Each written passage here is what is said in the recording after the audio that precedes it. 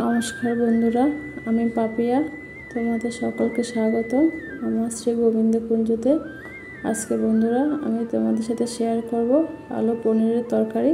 চলো বন্ধুরা শুরু করা যাক। প্রথমে বন্ধুরা আমি পনিরগুলো কেটে নিয়েছি। আমি আমার মতো করে টুকরো করে নিলাম। তারপর লাগছে বন্ধুরা আলু ছোটো ছোটো করে কিউব করে কেটে নেবে। লাগছে বন্ধুরা টমেটো কুচি, আদাকে থেতো করে দিয়েছি আমি, আর ধনেপাতা কুচি, সাথে বন্ধুরা কাঁচা লঙ্কা। এখন বন্ধুরা আমি চুলায় কড়াই বসিয়ে দিলাম। কড়াই গরম হয়ে গেছে। এখন বন্ধুরা তেল দিচ্ছি। সাদা তেল দিয়ে পনিরটা করলে ভালো হয় বন্ধুরা। সর্ষের তেল দিয়ে করলে একটা গন্ধ লাগে আমার, তাই আমি সাদা তেল দিয়ে করছি।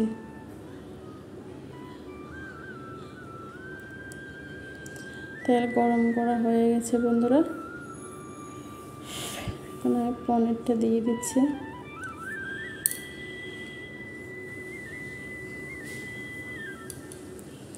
পনিরের টুকরোটা দিয়ে দিলাম।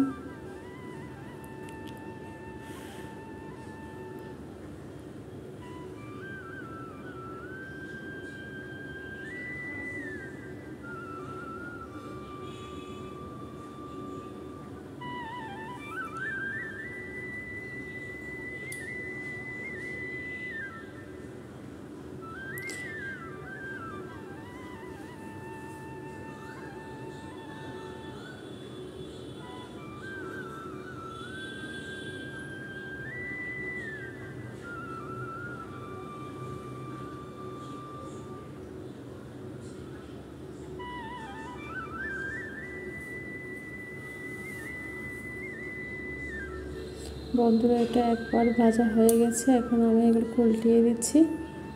দেখতে পাচ্ছ বন্ধুরা, এরকম হালকা করে ভাজতে হবে। সবগুলোকে আমি উল্টিয়ে দিচ্ছি।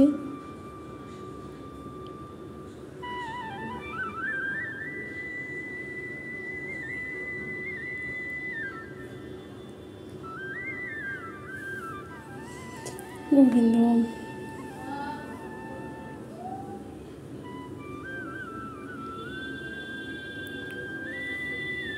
পনিরগুলো বন্ধুরা আমার ভাজা হয়ে গেছে। এখন আমি এগুলোকে তুলে নেব।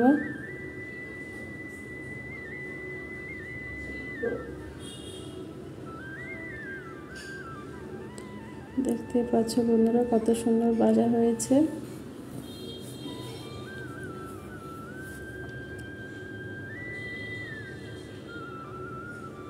এরকম করে রান্না করলে বন্ধুরা খেতে খুব ভালো হয়।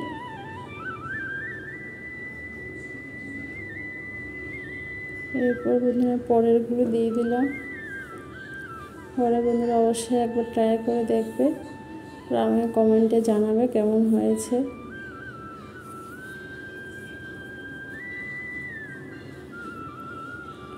আমার ভিডিওটা বন্ধুরা ভালো লাগলে অবশ্যই লাইক করবে, কমেন্ট করবে, আর সাবস্ক্রাইব করে বন্ধুরা পাশে থাকবে। বন্ধুরা ভাজা হয়ে গেছে, এখন আমি তুলে নিচ্ছি। এখন ওই তেলে বন্ধুরা আমি আলুগুলো ভাজা করছি। হালকা ভাজা করতে হবে আলুগুলো।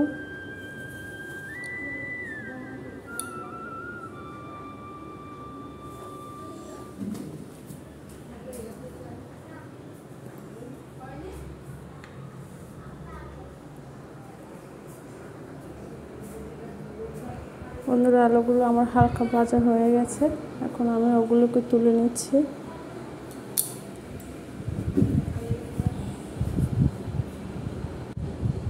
বন্ধুরা আলুগুলো ভাজা হয়ে গেছে। এখন বন্ধুরা আমি আলুগুলো তুলে নিচ্ছি। গোবিন্দ। এখন বন্ধুরা আমি অন্য একটা কড়াইয়ে নিয়েছি।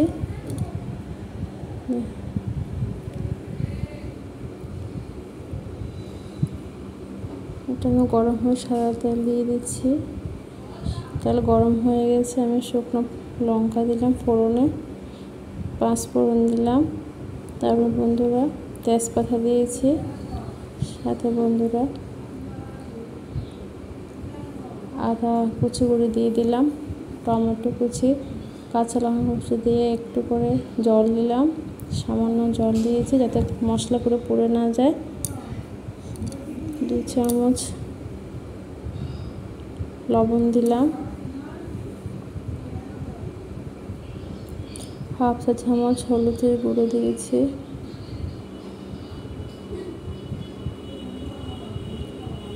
1/2 চা চামচ জিরে গুঁড়ো দিয়েছি, 1 চা চামচ লঙ্কার গুঁড়ো দিয়েছি, সামান্য চিনি দিয়েছি বন্ধুরা। তারপর ভালো করে কষাবো। দেখতেই পাচ্ছ বন্ধুরা, কালারটা খুব সুন্দর এসেছে।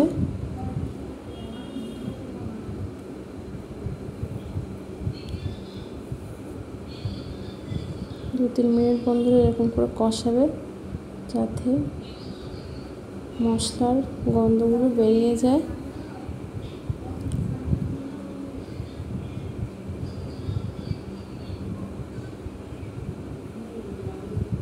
মশলা কষানো হয়ে গেছে বন্ধুরা।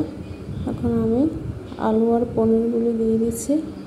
বন্ধুরা তোমরা চাইলে পনিরটা পরে দিতে পারো। আমি গোপালকে ভোগে তরকারিটা দিব, তো আমার দেরি হয়ে যাচ্ছে, তাই আমি একটু তাড়াতাড়ি দিয়ে দিয়েছি, একসাথে দিয়ে দিলাম।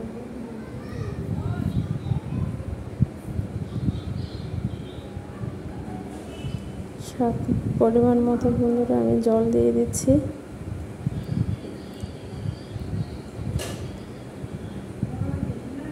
এখন বন্ধুরা ঢাকনা দিয়ে দেব।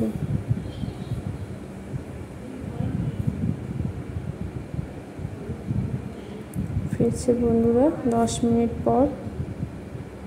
আমার পনিরের তরকারিটা বন্ধুরা হয়ে গেছে। আমি বন্ধুরা এখন ওপর থেকে গরম মশলার গুঁড়ো দিয়ে দেব। আমি বন্ধুরা 1/2 চা চামচ গরম মশলার গুঁড়ো দিয়ে দিয়েছি।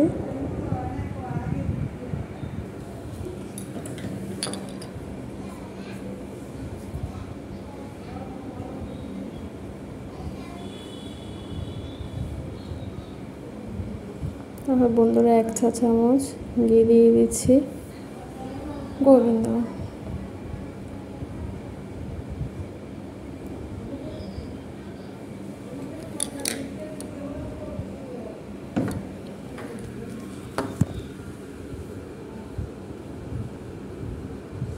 ওপর থেকে বন্ধুরা আমি ধনেপাতা দিয়ে দিয়েছি। এটা তোমরা চাইলে নাও দিতে পারো, আমার ঘরে ছিল কেটে নিয়েছি তাই আমি দিয়ে দিলাম। বন্ধুরা আমার আলু পনিরের তরকারিটা হয়ে গেছে। এখন একটু ঢাকনা দিয়ে চুলাটা একটু বন্ধ করে দেব। চলো বন্ধুরা, এবার এখন আমরা গোপালকে ভোগের জন্য থালাটা সাজিয়ে নিই। অথবা বন্ধুরা ভোগের থালাটাতে আমি একটু সামান্য ঘি দিয়ে দিয়েছিলাম, তারপর অন্যটা দিয়েছি। অন্যটা বন্ধুরা সৌন্দর্যের জন্য আমি একটা বাটি দিয়ে সুন্দর করে দিলাম। তারপর দিচ্ছি বন্ধুরা কুমড়ো ভাজা,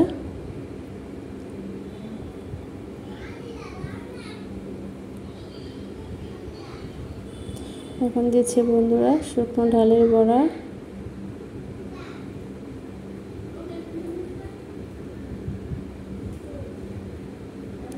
সাথে দিচ্ছি বন্ধুরা শসা আর গাজর,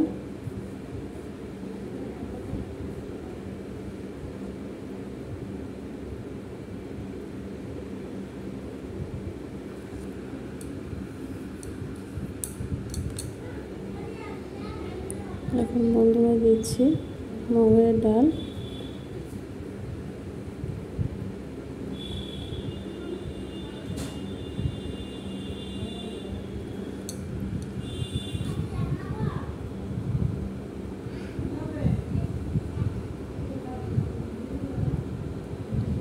এখন দিচ্ছি বন্ধুরা ওই আলু পনিরের তরকারিটা।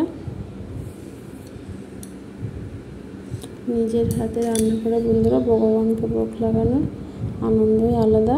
তোমরাও করবে, দেখবে তোমাদেরও ভালো লাগবে। কত সুন্দর কালারটা এসেছে বন্ধুরা, দেখতেই পাচ্ছ। এখন বন্ধুরা আমি দিচ্ছি আমড়ার চাটনি।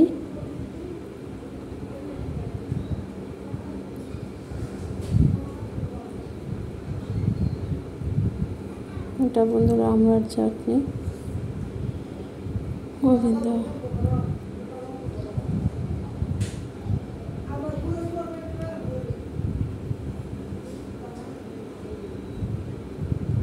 সবার শেষে বন্ধুরা দিচ্ছি খাওয়ার জল।